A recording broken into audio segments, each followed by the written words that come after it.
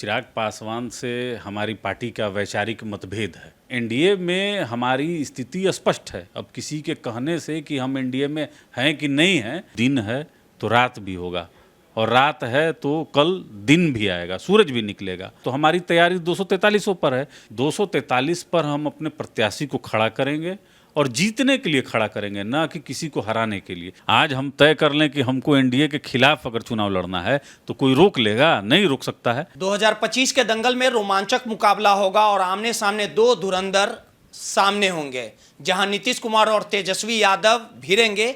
लेकिन चाचे भतीजे की लड़ाई में एक और बिहार की राजनीति के चाचा भतीजा हैं जो लगातार कई सालों से जानी दुश्मन बन चुके हैं। हम बात कर रहे हैं पशुपति पारस और चिराग पासवान की। लगातार पशुपति पारस बिहार में होने वाले 243 सीटों के चुनाव को लेकर तैयारियों में जुट चुके हैं और किस प्रकार से तैयारी रहेगी और किस प्रकार से अपने विरोधियों को परास्त किया जाएगा, इन तमाम मुद्दों पर बात करने के लिए हमारे साथ मुख्य प्रवक्ता चंदन सिंह जी हैं। चंदन जी, जिस प्रकार से लोकसभा में कहीं ना कहीं आप लोगों को किनारा किया गया एनडीए की ओर से, लेकिन आप लोगों ने नरेंद्र मोदी का समर्थन किया, 2025 में भी चुनाव है, तो ऐसे में चिराग पासवान भी लगातार हावी हैं, केंद्र में मंत्री हैं, एनडीए में उनका कद भी बढ़ा है और जिस प्रकार से 24 के लोकसभा चुनाव में धमाकेदार जीत हासिल किए, तो कैसे चीज़ों को विश्वास में लिया जाएगा? क्योंकि अगर चुनाव में 2024 के चुनाव को देखा जाए तो कहीं ना कहीं आप लोग को भाव नहीं दिया गया था। 25 में किस प्रकार से तैयारी है? देखिए, सबसे पहले तो हम लोग जानी दुश्मन नहीं है। चिराग पासवान से हमारी पार्टी का वैचारिक मतभेद है और ये जब पार्टी एकत्रित थी, जब साथ में हम लोग थे, तभी सभी सांसदों ने चिराग पासवान को नेता सदन के पद से हटाया था। तो वैचारिक मतभेद है। जहाँ तक बात रही पिछले लोकसभा 2024 में चिराग पासवान को 5 सीट मिला और हमको नहीं मिला, तो हमारे पास देखिए बहुत बड़ा विजन था। तीसरी बार माननीय नरेंद्र मोदी जी को प्रधानमंत्री बनाना था। व्यक्तिगत और दल दोनों से ऊपर देश था। तो हमारे नेता ने बहुत बड़ा सेक्रीफाइस किया। आप इसको ऐसे देख सकते हैं। लेकिन जब वर्तमान में अभी जो परिस्थिति है कि बिहार में अगले साल बिहार विधानसभा के चुनाव हैं और आपने देखा होगा कि भारतीय जनता पार्टी के प्रदेश अध्यक्ष आदरणीय दिलीप जायसवाल जी ने हमारे राष्ट्रीय अध्यक्ष माननीय पशुपति कुमार पारस जी से मुलाकात पटना में दोनों लोग का हुआ। उसके बाद हमारे नेता माननीय पशुपति कुमार पारस जी की मुलाकात देश के गृह मंत्री आदरणीय अमित शाह जी से हुई और अमित शाह जी ने स्पष्ट रूप से कहा भी कि 2025 बिहार विधानसभा चुनाव में आपकी अनदेखी नहीं होगी, आपकी पार्टी की अनदेखी नहीं होगी। तो एक एनडीए में हमारी स्थिति स्पष्ट है। अब किसी के कहने से कि हम एनडीए में हैं कि नहीं हैं, ये तो आपके कैमरे गवाह हैं। जब भारतीय जनता पार्टी के वरिष्ठ नेता लगातार कह रहे हैं कि राष्ट्रीय लोक जनशक्ति पार्टी की भूमिका बहुत महत्वपूर्ण है, तो हम उस नज़रिए से देख रहे हैं और माननीय प्रधानमंत्री जी की नीतियों में हमारे नेता को पूर्ण विश्वास है। अब जहाँ तक आगे की स्थिति है, गठबंधन में हम लोग सारे सहयोगी हैं। आदरणीय जीतन राम मांझी जी हैं, आदरणीय नीतीश कुमार जी हैं, चिराग पासवान भी हैं, हम लोग भी हैं। चंदन जी, बिहार की राजनीति की बात कर ली जाए, समय बड़ा बलवान होता है और समय की मार से कोई नहीं बच पाता। आप ये नहीं मानते हैं कि पशुपति पारस का अपना एक कद था, हाजीपुर से लगातार वो ताल ठोक रहे थे कि हम चुनाव लड़ेंगे, इसको लेके दोनों तरफ से ये दावा किया जा रहा था, लेकिन जैसे ही समय आया भाजपा ने कहीं ना कहीं दरकिनार किया। इस लहजे में भी तो आप देख सकते हैं। तो आप मानते हैं कि 243 सीटों पर जो चुनाव होगा, आप 30 पे तैयारी कर रहे हैं कि 40 पे तैयारी कर रहे हैं? इसको लेके बैठक भी आपके कार्यालय में हुई थी, तो आप क्या मानते हैं कि कितने सीटों पर आप लोग की दावेदारी रहेगी? और कहीं ना कहीं बदलते समय के साथ चिराग का कद तो बड़ा है और इसमें कहीं ना कहीं अहम भूमिका भाजपा की ही है। देखिए, 2019 में आदरणीय प्रधानमंत्री जी के नेतृत्व में हमारे नेता इसी कैबिनेट में खाद्य प्रसंस्करण मंत्रालय देख रहे थे, जो आज चिराग पासवान देख रहे हैं। उस समय सड़क पर संघर्ष चिराग पासवान कर रहे थे। 2024 के बाद सड़क पर संघर्ष हम कर रहे हैं, चिराग पासवान सुन, सड़क पर संघर्ष हम कर रहे हैं, हमारी पार्टी कर रही है और आज मंत्रालय खाद्य और प्रसंस्करण मंत्रालय को चिराग पासवान देख रहे हैं। तो हमारे नेता बराबर कहते हैं कि अभी दिन है तो रात भी होगा और रात है तो कल दिन भी आएगा, सूरज भी निकलेगा।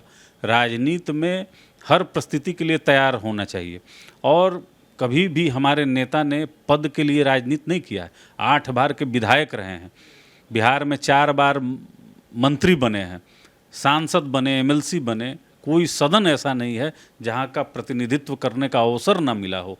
तो जहाँ तक आप कह रहे हैं कि कद बड़ा हो गया है, तो देखिए किसी का कद बड़ा और किसी का कद छोटा नहीं है, सबकी अपनी भूमिका है।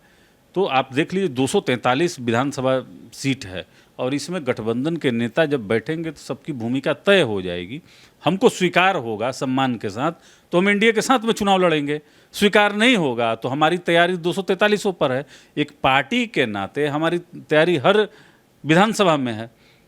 और इस विधानसभा चुनाव में आपको पता होगा कि 4000 से लेके 8000 के बीच में जीत और हार तय होता है।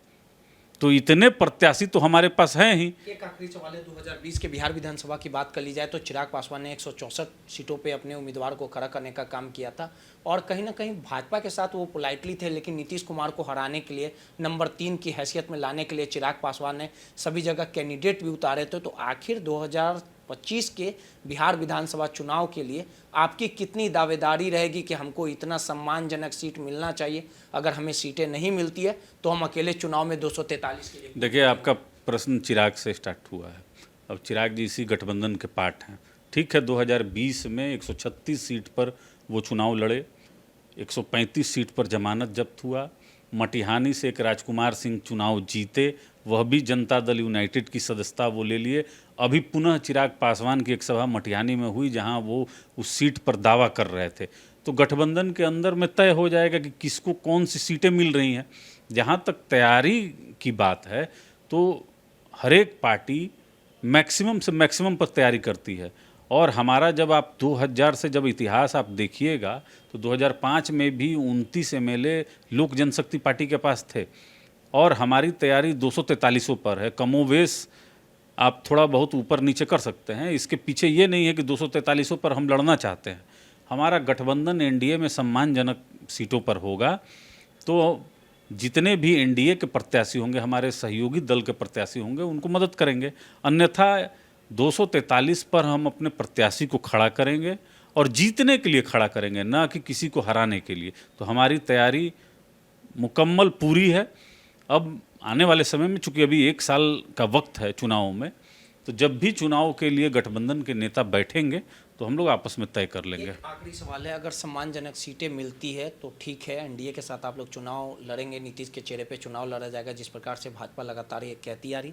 लेकिन हालिया दिनों में जिस प्रकार से नीतीश कुमार के रिटायरमेंट को लेके जो विपक्ष दबाव डाल रहा है कि हाँ अब नीतीश कुमार को रिटायरमेंट हो जाना चाहिए, तो क्या लगता है कि जो नीतीश कुमार का जो कद है, जो जादू है, वो कहीं ना कहीं कम हुआ है? और वहीं तेजस्वी यादव की बात कर ली जाए तो तेजस्वी यादव आने वाले 2025 में किस प्रकार से भूमिका में रहेंगे या वो मुख्यमंत्री बन पाएंगे, किस प्रकार से राजनीति को देखते हैं? देखिए, तेजस्वी प्रसाद यादव में वो करिश्मा नहीं दिखता है। आदरणीय लालू प्रसाद यादव जी वाला बात तो है नहीं। और जहाँ तक बात रही माननीय मुख्यमंत्री जी का कद, कुछ लोग छोटा करना चाहते हैं, कोई कुछ पोस्ट कर देता है, कोई कुछ कमेंट कर देता है। देखिए, आदरणीय नीतीश कुमार जी के कद का अभी बिहार में कोई दूसरा नेता नहीं है और ये स्वीकार करना पड़ेगा। पिछले 19 साल से जिस तरीके से अजेय रहे हैं, निर्विरोध, मतलब कोई तो जादू है आदरणीय नीतीश कुमार जी में। आप इसे जादू मानते हैं? सुन लीजिए, कोई तो जादू है कि हर एक पार्टी उनको नेता स्वीकार कर लेता है। तो आप समझ लीजिए, आप नीतीश कुमार जी पर आक्षेप कर रहे हैं, कटाक्ष कर रहे हैं, व्यंग कर रहे हैं, तो आपको सोचना चाहिए कि नीतीश कुमार जी का राजनीतिक सफ़र जो है बहुत लंबा है, कई पदों पर रहे हैं और आप कुछ भी कह सकते हैं, लेकिन नीतीश कुमार जी पर आप भ्रष्टाचार, परिवारवाद का आप आरोप नहीं लगा सकते हैं।